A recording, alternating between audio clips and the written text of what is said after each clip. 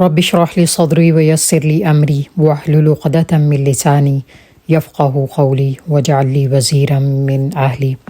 السلام علیکم ورحمۃ اللہ وبرکاتہ۔ آج ہم سورۃ النبأ کی آیا نمبر 38 دیکھیں گے۔ Let's have a closer look to this آیا انشاءاللہ۔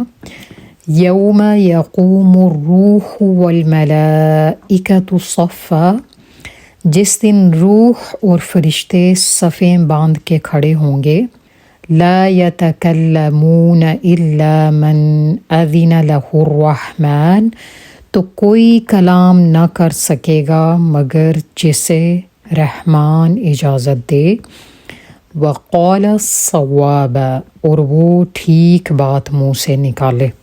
اللہ سبحانہ و تعالی یہاں پہ قیامت کا ایک نقشہ ظاہر کر رہے ہیں، ہمیں وہ بتا رہے ہیں that visualize that scene, visualize that view, that how the day of judgement will look like, اس دن کیا ہوگا۔ اور اللہ تعالیٰ کا یہ کہہ دینا ہی کافی ہے کہ اس دن فرشتے صفیں باندھ کے کھڑے ہوں گے اللہ کے حضور، اور کوئی بات نہیں کر سکے گا، اور جو کوئی کرے گا وہ منہ سے ٹھیک بات نکالے گا، یعنی سچ بولے گا۔ جیسے ہم دنیا میں کرتے ہیں کہ جھوٹ اور سچ پہ مبنی کسی کو ایک سٹوری سنا دی، یا کورٹ میں ایسی بات کر دی، ایسی گواہی پیش کر دی جو سراسر جھوٹ پہ مبنی تھی، اور صرف اس مقدمے کو جیتنے کے لیے کورٹ میں ہم جج کے سامنے جھوٹ بول دیتے ہیں، اور باتوں کو ٹویسٹ کر کے سچ کو جھوٹ اور جھوٹ کو سچ بنا کے پیش کرتے ہیں۔ تو اللہ فرماتے ہیں کہ ایسا وہاں نہیں ہوگا۔ جج تو وہ ہوتا ہے جس کو کچھ پتہ نہیں ہوتا نا، تو وہ پھر فیصلہ سنا دیتا ہے، جیسے اس کے سامنے مقدمات رکھے جاتے ہیں، جیسے دلائل رکھے جاتے ہیں، وہ ان کے مطابق فیصلہ دیتا ہے۔ لیکن اللہ تعالیٰ کی ذات وہ ایسا جج ہے کہ اسے سب پتہ ہے، اسے سب پتہ ہے کیا ہو رہا تھا، کیا لوگ کر رہے تھے۔ تو اسے تو کسی صفائی کی ضرورت نہیں، کسی گواہی کی ضرورت نہیں، کسی دلیل کی ضرورت نہیں۔ تو جسٹ ویژولائز دیٹ سین وچ اللہ سبحانہ و تعالی ہیز پریزنٹڈ ان دس آیا۔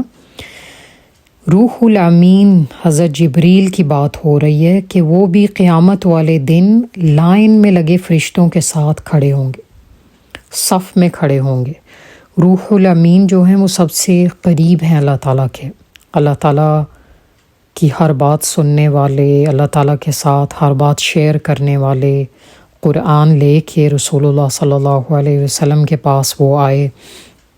تو یہاں اللہ تعالیٰ ہمیں کیا بتا رہے ہیں کہ اس دن اس قدر سختی ہوگی، اتنا سخت وہ دن ہوگا کہ فرشتے بھی اس دن صف میں کھڑے ہوں گے، حتیٰ کہ روح الامین بھی اس دن صف میں کھڑے ہوں گے، اور کسی کو اجازت نہیں ہوگی، کسی کی جرت نہیں ہوگی کہ وہ رحمان سے کوئی بات کر سکے اس کی اجازت کے بغیر۔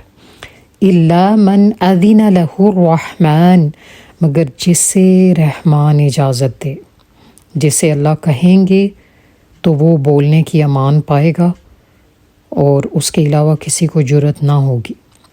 یہاں پوز کر کے تھوڑا سا اسے ریفلیکٹ کریں اس پہ، اور تھوڑا سا اسے ریلیٹ کریں to the affairs of the world. دنیا کا سینیریو کیا ہوتا ہے؟ آپ دیکھیں کہ کسی بادشاہ کے دربار میں جب آپ جاتے ہیں اس دنیا میں، تو کسی کو بولنے کی اجازت نہیں ہوتی۔ سارے کتنے کانشیس ہوتے ہیں کہ کوئی غلطی نہ ہو جائے، بادشاہ حضور کے دربار میں کھڑے ہیں، بادشاہ کو غصہ نہ آ جائے کسی بات پہ۔ سب کی حتی الامکان یہ کوشش ہوتی ہے کہ بادشاہ کو ناراض نہ کیا جائے، اور جس کو بادشاہ اجازت دیں وہ بولتا ہے، اور وزیر جو ہوتا ہے، جو بادشاہ کے زیادہ قریب ہوتا ہے، وہ اکثر بات کر رہا ہوتا ہے، اور وہ بھی ڈر رہا ہوتا ہے بادشاہ سے۔ تو روح الامین کی مثال ایسی ہی ہے جیسے کسی بادشاہ کے وزیر کی مثال ہے۔ تو اللہ بتا رہے ہیں کہ اسے بھی اجازت نہیں ہوگی جبریل علیہ السلام کو بھی اجازت نہیں ہوگی کہ وہ اللہ کے سامنے کوئی بات پیش کر سکیں، کچھ کہہ سکیں۔ وَقَالَ صَوَابًا، اللہ فرماتے ہیں کہ جو بات ہوگی وہ صرف سچ پہ مبنی ہوگی، جو کوئی کرے گا وہ صرف ٹھیک بات ہی کرے گا، اس کے علاوہ اسے اجازت نہیں ہوگی۔ ایک تو کسی کو اجازت نہیں ملے گی بات کرنے کی، اور اگر ملے گی تو وہ سچ بولے گا۔ کسی کے پاس جرت نہیں ہوگی کہ وہ دنیا میں جیسے ہوتا ہے کہ آواز اونچی کر کے اپنے دلائل اتنے اوتھینٹسٹی کے ساتھ پیش کرے کہ اگلا کنونس ہو جائے کہ واقعی جی اس کے دلائل ٹھیک ہیں، میں اس کے حق میں فیصلہ دیتا ہوں۔ یہاں وہ والا سینیریو ہی نہیں ہے۔ یہاں جو جج ہے وہ آپ سے زیادہ جانتا ہے کہ آپ کیا لے کے آئے ہیں۔ اللہ کیا فرماتے ہیں آیت الکرسی میں، من ذا الذی یشفع عندہ الا بإذنہ، کون ہے کہ جو میری اجازت کے بغیر سفارش کر سکے، یعلم ما بین ایدیہم وما خلفہم، وہ جانتا ہے جو ان کے آگے ہے اور جو ان کے پیچھے، وہ سب جانتا ہے۔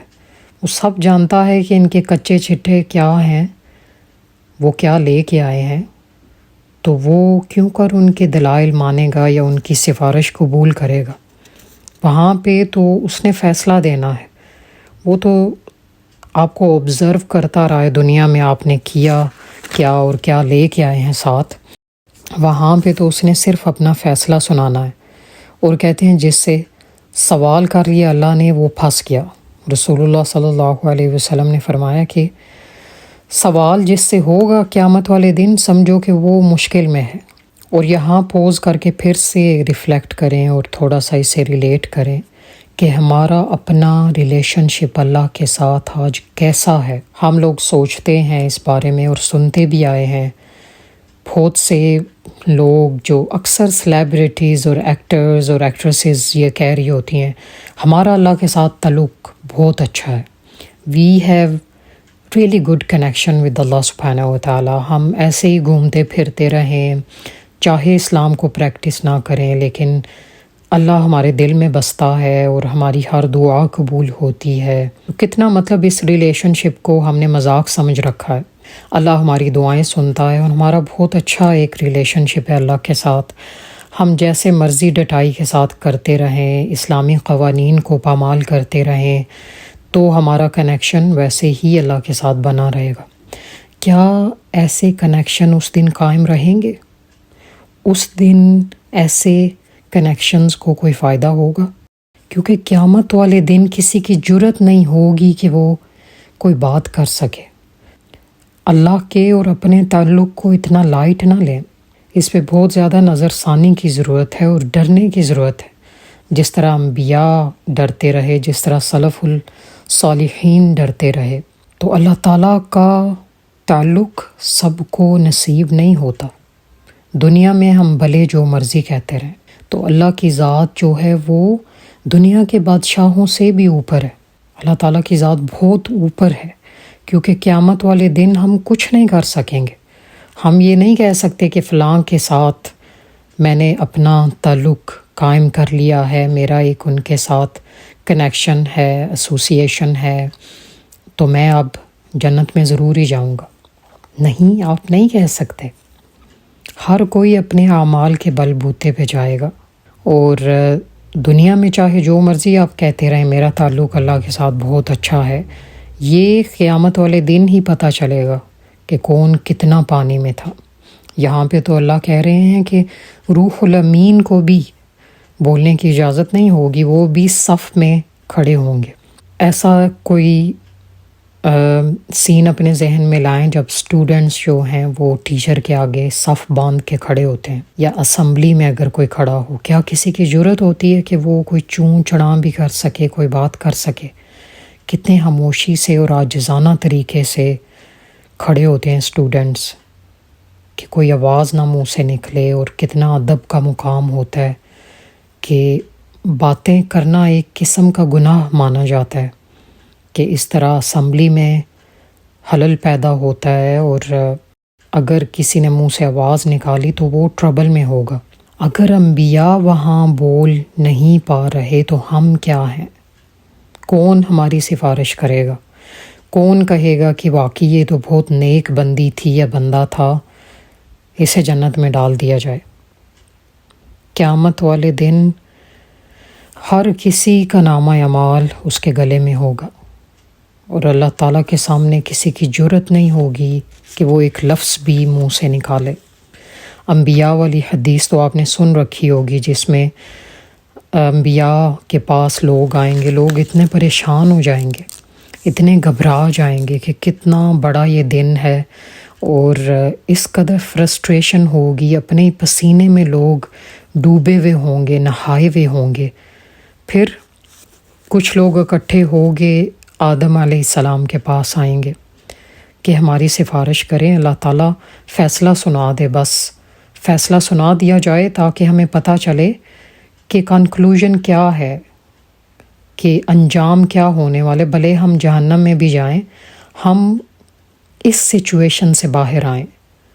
بہت آکورڈ سچویشن ہوگی، بہت پینفل سچویشن ہوگی، ہر کوئی کھڑا ہے اور نہ اس کے جسم پہ کپڑے ہیں، نہ وہ کچھ پہنے ہوئے ہے، اور اپنے ہی پسینے میں اور اپنے ہی آنسوؤں میں ڈوبا ہے۔ اللہ تعالیٰ ہمیں ایسے موقع پہ اپنی رحمت کا سایہ نصیب کرے اور ہمارا حساب آسان فرمائے، آمین۔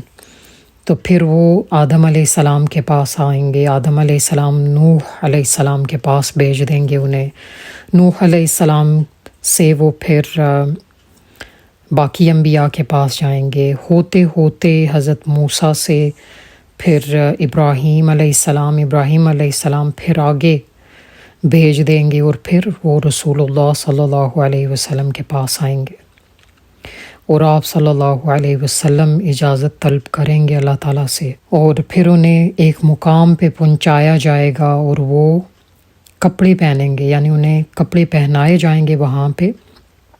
پھر وہ 7 دن تک، واللہ عالم، لیکن یہ سننے میں آیا ہے کہ 7 دن تک رسول اللہ صلی اللہ علیہ وسلم سجدے میں رہیں گے، پھر اللہ تعالیٰ انہیں اجازت دیں گے کہ آپ اٹھیں، آپ کیا چاہتے ہیں؟ پھر رسول اللہ صلی اللہ علیہ وسلم سفارش کریں گے، امتی امتی، میری امت۔ آپ صلی اللہ علیہ وسلم امت کے حق میں شفاعت کریں گے۔ تو یہ ہے کہ فرشتے جہاں اجازت طلب کیے بغیر بول نہیں سکیں گے، جو معصوم عن الخطا ہیں، تو انسان کیا ہوں گے، مطلب کیا پیش جائے گی ان کی وہاں، انسان کس کیٹیگری میں فال کریں گے وہاں رب کے سامنے؟ کیا کوئی اللہ تعالیٰ سے یہ کہہ سکے گا کہ میرے گناہ معاف کر دیں یا اللہ میں نے بہت کچھ کیا؟ وہاں جہاں فرشتے صف بستہ کھڑے ہیں، وہاں انسان کیا سوچ رہے ہوں گے؟ کیا ہم سوچیں گے کہ ہم اپنی شفاعت ہی اگر خود کرنا چاہیں کیا کر سکیں گے؟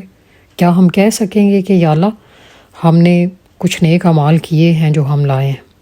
کسی کی جرت نہیں ہوگی، ہر کوئی اپنے آپ میں سمٹا ہوا ہوگا، اور اپنے آپ کو انبیاء بھی اس قدر ناچیز سمجھتے ہوئے، اور وہ جو تھوڑی بہت غلطی ان سے دنیا میں ہوئی تھی اس پہ وہ ریفلیکٹ کر رہے ہوں گے کہ اگر اللہ نے اس غلطی کے بارے میں پوچھ لیا تو ہمارا کیا حال ہونے والا ہے آج، اور وہ اس چیز کو سوچ سوچ کے پریشان ہو رہے ہوں گے، اور کسی کی جرت نہیں ہوگی کہ اللہ کے سامنے کوئی فالتو بات کر سکے، کوئی کہہ سکے کہ یا اللہ میں بہت پرہیزگار تھا، یا فلاں کی سفارش، آج کہتے ہیں نا کہ فلاں پیر سے بیعت ہو گئی ہے اور وہ ہماری شفاعت کر دے گا، استغفر اللہ، نعوذ باللہ۔ کیا ایسا کوئی کر سکے گا؟ قیامت والے دن تو یہ کہیں نظر ہی نہیں آئیں گے، یہ پیر فقیر تو کہیں نظر ہی نہیں آئیں گے۔ تو اللہ تعالیٰ کی ذات بہت اونچی ذات ہے، اللہ کے تعلق کو بہت ہلکا نہ لیا جائے۔ اللہ تعالیٰ جو ہے وہ دنیا کے بادشاہوں سے بھی بہت اوپر ہے۔